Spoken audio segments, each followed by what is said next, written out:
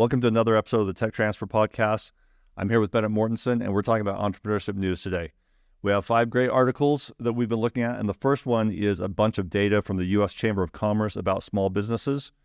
And among other things, they report that 33.2 million small businesses exist in the U.S. Is that a lot or a little? What do you think? I mean, it seems like a lot, right? Yeah, it seems like a crazy amount. It would be almost 100% of businesses. Right. But then if you look down further into their stats, about 82% of them do not employ anyone. So that's just an individual running a business, Right. which is great, but it's not maybe what we usually think of as business. So 18% of that number, which would be 6 million small businesses that employ people. That seems pretty realistic, right? Yeah. And even for that percentage that's just a single person, running their own business, if you're an entrepreneur, there's a lot of advantages to having, an LLC or some corporation set up for yourself individually to help facilitate your entrepreneurial ventures. Right. And a solo business can still accomplish a lot. If you're outsourcing things, using contractors and so on, it could be a legitimate business. It's just one person is part of the business. Yeah. But then what I always tout for small businesses, why we launched so many startup companies at BYU, for example, is that small businesses create most job growth in the U.S.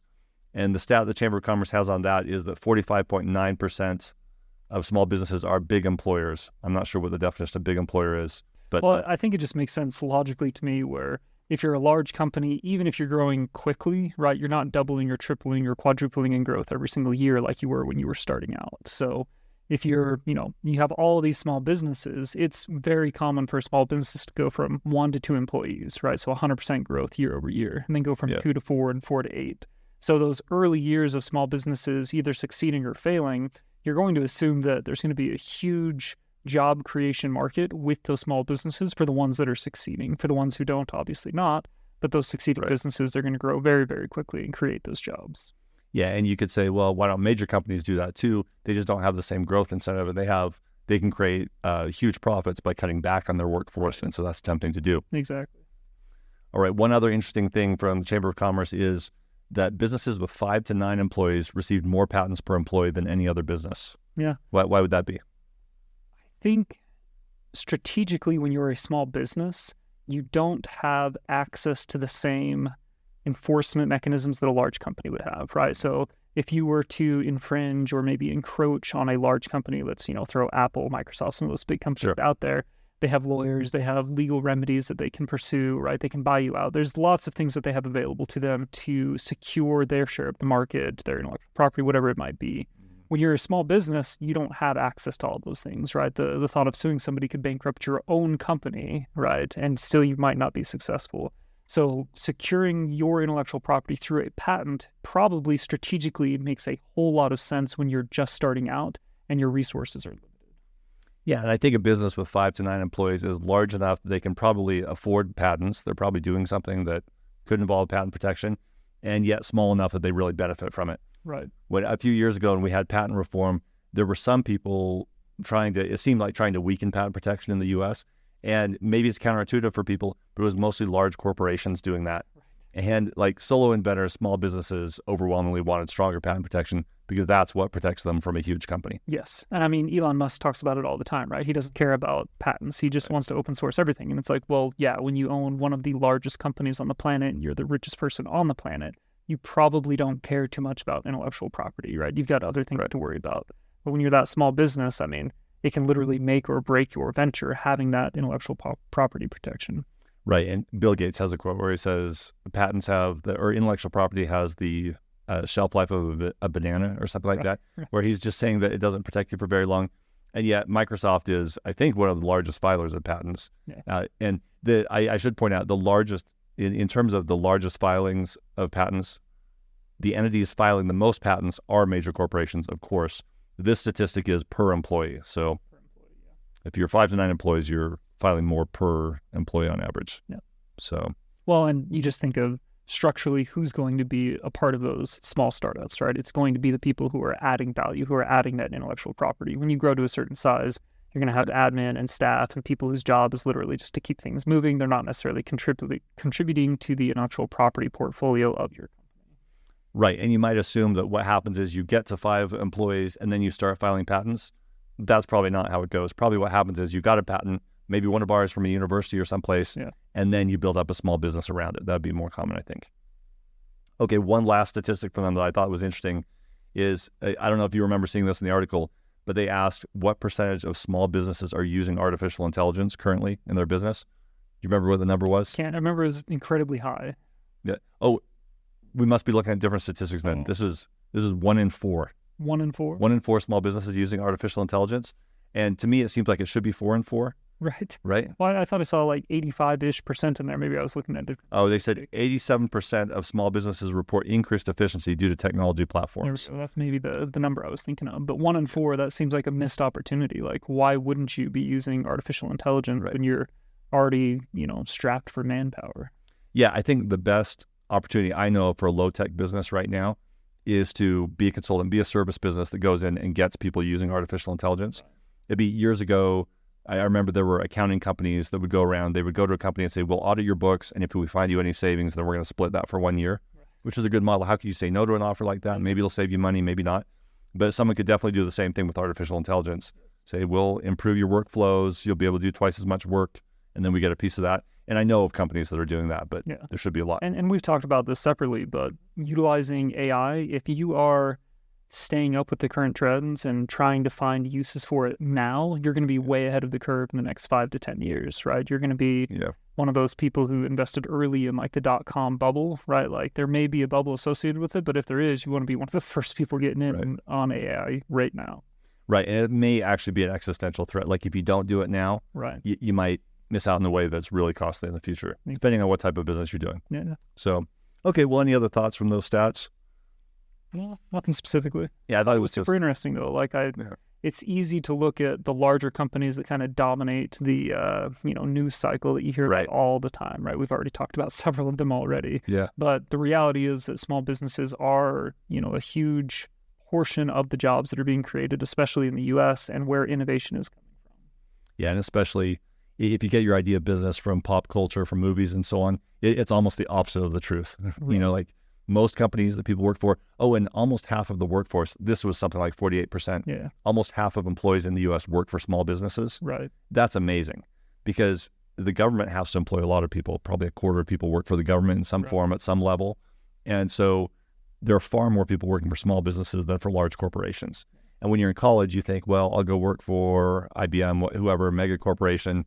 But no, you'll probably work for a very small company doing something innovative, hopefully. So, well, and I know from my own experience, when I first graduated from college, I went and worked for a large company, right? Yeah. And you kind of hold that as the gold standard for whatever reason as you're going through school, right? Everybody talks about the big companies they're going to go and work at, but then you quickly realize like, there's not a lot of room for innovation. There's not a lot of flexibility, right? They already have everything established and in place, and you just basically follow their rules and guidelines. And so going from that to some startups and small companies, like it's very freeing, it's very open-ended, and you end up contributing a lot more to the overall success of the company, or at least I felt like I did, than when I was working in a larger corporation. Absolutely. I think a lot of college students feel like I'll get the big company on my resume and then I can do something else.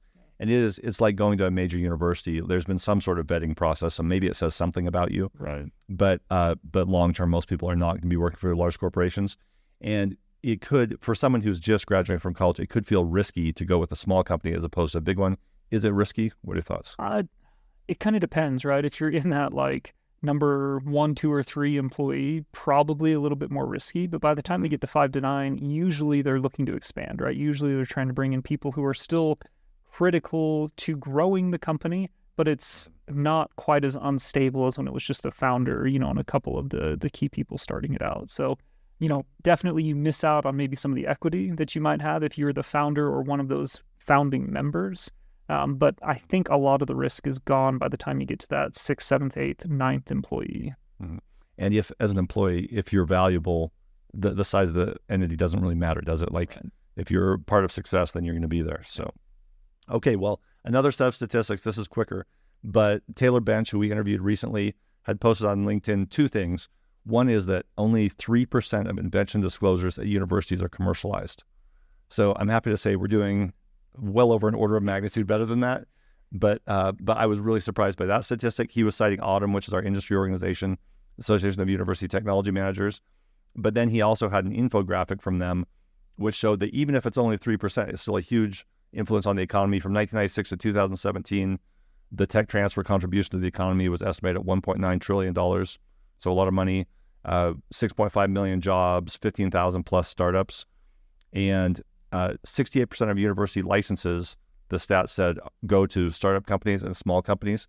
What percentage would you say it is at BYU? At BYU, I would say we're probably, at that 68 or maybe even a little bit higher, right? Yeah. We're very willing to entertain, transferring technology to a startup because we've seen success with startups in the past. Yeah, I would say we're quite a bit higher. I would have said like 85 to 90% maybe for us, where there are major companies who sponsor research or have some other relationship, and they'll come in and license some technologies, very discrete, easy deals to do.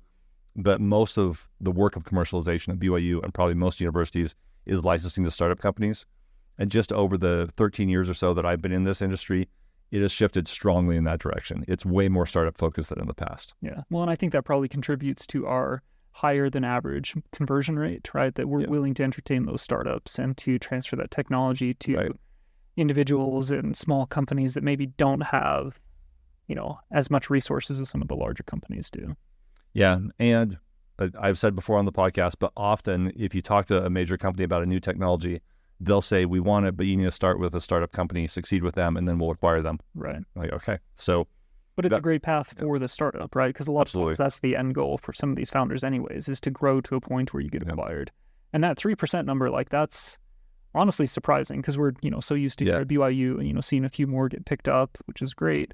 But 3%, I mean, that's such a small number of the available technologies. And we could do way more deals than we're doing right now. We just need to have a few more candidates in that pipeline. So I think sometimes tech transfer, for whatever reason, can kind of get swept under the rug and, people aren't paying a lot of attention to it. But there's so many interesting technologies that are available to you. And I would say your likelihood of success increases tremendously by picking up some IP from the university.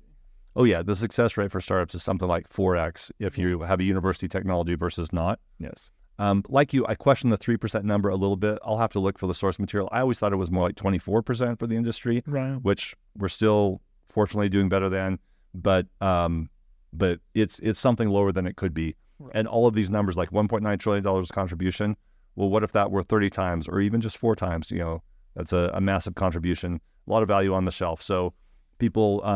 sometimes people describe tech transfer as a candy store. You go in there, they're just things, good little things that no one else has noticed, and it's important to get in there and take advantage of those. Yeah. So, okay, well, let's go to the next story, which is a little more BYU centric. The First Presidency of the Church of Jesus Christ of Latter-day Saints issued a statement July 29th announcing that there will be a medical school at BYU. Thoughts on that? I mean, we might be more excited than the average person, right? Just because we're directly involved with securing the intellectual property and the licensing of the intellectual property. So we're very excited. Right? Yes. But I think just generally, if you're a BYU alum or a BYU fan, like you should also be excited. This is something that's been a long time coming, I'm sure. And it's always that one question that people have. It's like, well, why doesn't BYU have a medical school, right? They're doing so many other amazing things with business and law and engineering. It seems like a medical school would fit really, really well, and obviously it does. Yeah.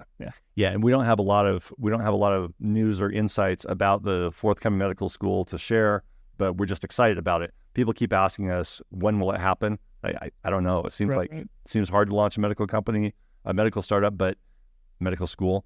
But I'm sure there are many medical faculty who would love to be at BYU doing that. So hopefully sometime soon. For tech transfer, schools with medical schools tend to have a lot of their technologies coming from the medical school. We don't want to slow down at all on the current commercialization we're doing, but we'll add to that medical school innovations, hopefully. And in the past, most of our exits here, the startup companies that have exited have been software companies. And this year we've had one software company exit, one engineering company exit. Right. And we have had some life science exits before, but you would think that would hopefully increase. Right. And we already have a surprising amount of technology that is medical related, right? Devices and therapies even. And so I can only see us increasing our output in that specific field with access to the medical school. Yeah, absolutely. And there have been times when we've had a technology that's kind of in the medical realm and we're like, well, we need to connect with a medical school to work on this. Right. We'll have our own. That'll just be a great resource. Yeah, absolutely. So the other thing everyone asks is, where are they going to build it? And the rumored locations are either, everyone says the Provo High School, BYU acquired the Provo High School property a few years ago. And it's kind of between us and Utah Valley Hospital, seems to make sense. And then there's another property someone was pointing out on 9th East where it could be built in Provo if you're familiar. But the reality is no one knows. So Right. we'll wait and find out. Other location would work, or some other location, right? I'm sure it'll work out just fine, but it is interesting to hear kind of the speculation of where it might actually end up. Yeah, I would love to start some new rumor about where it'll be, but there are only so many locations close to campus, so we'll see. But anyway, great, exciting news. Really happy about that. Okay, well, here's some other news that came out of BYU. So Chris Crittenden used to be the director of the Rollins Center here at BYU, and while he was here, this is until a year ago, and while he was here, he developed the Sandbox program, which, do you want to describe Sandbox as you understand it? Yeah, so it's basically an accelerator for students, right? You take it for credit. I don't know all the details of the specifics of the class, but the goal is to start a company, a software company, to spin it up, and you basically spend all of your time just devoted to creating and launching and scaling this software company. Yeah, and when we've surveyed BYU students and said, why haven't you launched a company? Many students will say, I just don't have time. I'm doing 18 credit hours of whatever my major is, and then I have a job, and then I'm dating, and whatever else. There's no time for startup company. Yeah. And so Sandbox really was a solution to that at BYU. So for the senior year, for I think it's mostly business students, business and maybe some engineering students, for their senior year, they do this 18 credit hour program, and they're learning things. It's academic, but it's all geared around launching their startup company. So it solves that problem. Yeah. And I'm sure we've had some great successes out of Sandbox. Some of those student teams probably would have done a startup company anyway, but there's some portion of them that wouldn't have because they didn't have the time. This enabled them to do that. Now they launch a company. And so I'm looking at this KSL article from a few months ago where Chris Crittenden is interviewed. He's not at BYU anymore, but he's running a company that might be called Sandbox. It's something like that. And they're trying to replicate this model at other universities. So this year, I believe, it'll be at Utah Tech University, Utah Valley University, and Utah State University. So thoughts on the spread of Sandbox? I think it's fantastic. Just if you have the opportunity to participate in the program here at BYU, it's incredibly unique in that the university, typically doesn't take an equity stake in the company for the software that you're creating on your own, which is, very different than maybe what other universities are doing. So, but the spread of it, I think, is only going to increase the access that students have to marrying kind of their academic education to real world situations. You actually start the company, you actually have to scale it, you actually have to sell the product, whatever it is that you're creating. So I only see it as a good thing, right? If this were to proliferate throughout Utah and into, even surrounding states. Yeah, there's no reason it would be limited to Utah. I assume eventually Chris will be contacting universities elsewhere. He's just kind of rolling it out here. But yeah, this is great. There's this pent up entrepreneurship in the student body. And then this is a way to just kind of utilize that a little bit. So pretty great. We've had, I think, some companies go to Y Combinator, otherwise succeed. He has a stat in here. Chris said, we've had 8 companies get venture-backed at a combined valuation of over $60 million from BYU. And that's in a pretty short time period. Like Sandbox has been going 3 years, and they've kind of iterated through it too. So it wasn't the same on day one as it is now. So that's pretty great. And that access to, venture capital is huge, right? And as a student, you come out, kind of bright-eyed and bushy-tailed, but you don't exactly know who to talk to about certain things. So being part of this program, you're kind of slotted in and given access to, financing options and people that you maybe wouldn't have if you were just trying to go it alone. Yeah, and one key aspect of Sandbox, as it was at BYU, it seems like it will be at the other companies too, or at the other universities too, is that the university isn't taking any equity in the companies. Like you said, it is the student's project. I guess an exception would be if a student licensed a technology from BYU, then we could do a deal where maybe we would take some equity. The other universities would probably do that too. But if it's the student's own idea, they're just launching a company. Right. So. Well, and if I were a student giving up a small, portion of the company to get a head start on the creation of that software and to pull it from maybe a industry or area that is less accessible, right? I think that when you jump into the tech available at Tech Transfer, you're given access to areas that as a student or as somebody who's only really operated in the commercial space, you really might not have a great understanding of, but there's huge potential for growth in. So if I were a student in Sandbox, right, the first place I would go is Tech Transfer because I could jumpstart my company, have access to software, have access to industries and industry knowledge that I don't have myself. So yeah, let's walk through that for a second and think about what does a student get. So say a Sandbox team of students, so typically be 4 students there in this program. They come license a software technology from the Tech Transfer office. they're forming their teams. So you might think as a student, where are we going to get a technical co-founder? Well, if you license a technology from the university, you probably have one. Right. As a professor, it's probably the world expert in his or her field. Exactly. And so that's a pretty good technical co-founder. So that's part of the package deal. And then getting a major institutional name, the university, as the creator of your technology is credibility. Also, by the time a technology gets to tech transfer, it's succeeded at some level. Yes. Like their technology is invented in labs that fail, and they don't come to tech transfer because they failed. Yeah. And so these ones succeeded, so they make it here. And in many cases, there will have been some real world impact too. Like professors go to conferences, they talk to companies, they have these connections. So you're probably getting a technology that's been a little vetted for the market as well. Yeah, absolutely. And just a jump start into the development of, your finished product where everybody else is going to spend 6 months just trying to get up to speed on what do we actually want to do. And you're starting day one with, this is exactly what we want to do. And we already have some of the infrastructure built out. Now let's just capitalize on it. Yeah. I shouldn't speak for the other universities, I guess, but like Utah State is really strong in computer science and engineering and these sorts of things. I bet there's some good technologies, software technologies on the shelf for students in their sandbox program. Yeah. So great. Well, let's move on to our last article. It's actually more of a quote. And so let me give you some background. This is a quote from Naval Ravikant. He has so many great quotes about business and startups, but he's talking about the Lindy Effect. I first encountered that in a Nassim Taleb book. It was probably Anti-Fragile, great book. But the Lindy Effect is the idea that things that have been around longer are most likely to be around longer still. I'm sure there's a better way to say that. But so, for example, if there's a company, so IBM's been around for a long time. How long must they have been around? I don't know, 80 years or something. But let's say it's 80. Then if you had to predict how long will IBM be around in the future, you would say 80 years. Right. Like you would take that as the other side. And so it's a little mind-bending. It can't be true all the time because eventually companies fail, right? But what you're just saying is there should be a bias on predictions to things that have been around for a long time. Yeah. Makes sense? And so if you were trying to say, like, let's give one more example, like movie franchises, if you're saying which will remain popular longer, will it be Star Wars or Harry Potter or The Hunger Games? The answer is Star Wars, right? Like because it's been around for so long. Yeah. And then if it were just between Harry Potter and The Hunger Games, you go with Harry Potter because it's been around longer. Anyway, that's how the rule works. So background for the quote, and I don't know who invented the rule. I think it's been around for a long time. But Naval says, the Lindy Effect for startups, the longer you go without shipping product, the more likely you will never ship product.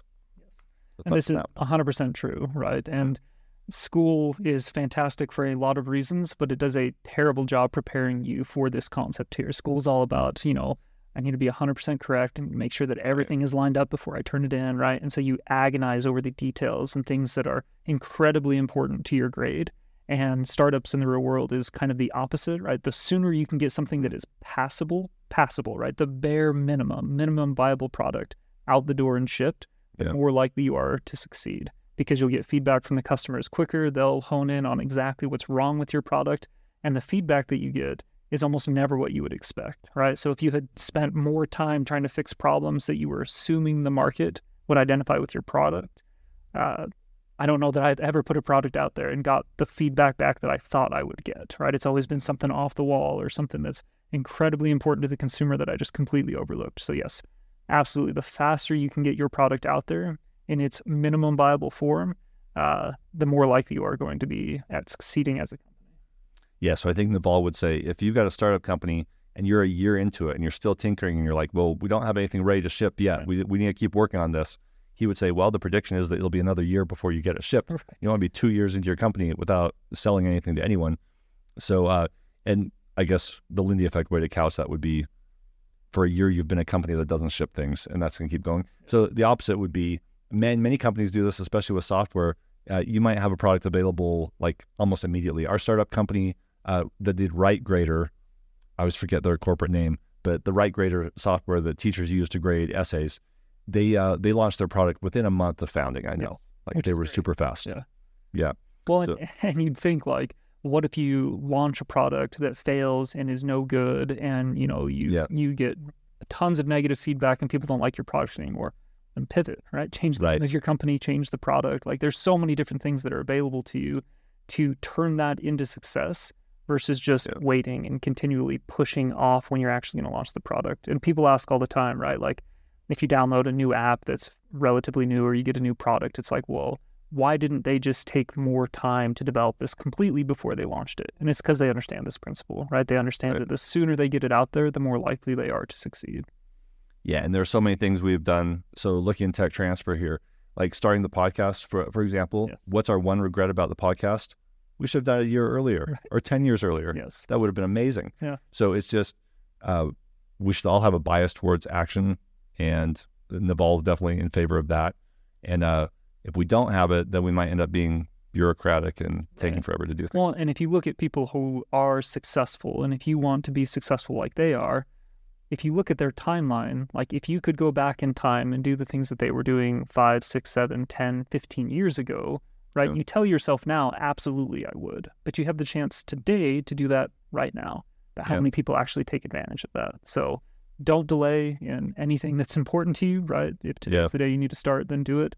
But, especially again, talking about products and technology, like get it out there quickly. It's going to help you. Yeah. When my kids were a little younger, sometimes I would see like a poorly made computer animated movie. Yeah. There's this whole genre of like B-level family cartoons. Yeah. And so I would see one of those and I would always think, man, as bad as this is, like if it had been released 20 years ago, it would have been the biggest children's film of all time. Yep. Because it's very advanced compared to that. It's just late. So being first matters a lot. Yes. So, okay, great. Well, those are the top tech news stories we wanted to cover. Anything else on your mind? No, I mean, I think everything that we talk about in relation to tech always applies to tech transfer, right? That coming in and picking up some technology available from the university, I mean, you get to create a small business, right? You get technology transfer, which relates directly to that second article. You have decreased timeline from conception to actually launching the product. Like everything that we do centers around this world, and I think is relevant to the news that's still going on today. Yep. All right. Well, that's another great episode. We'll be back next week.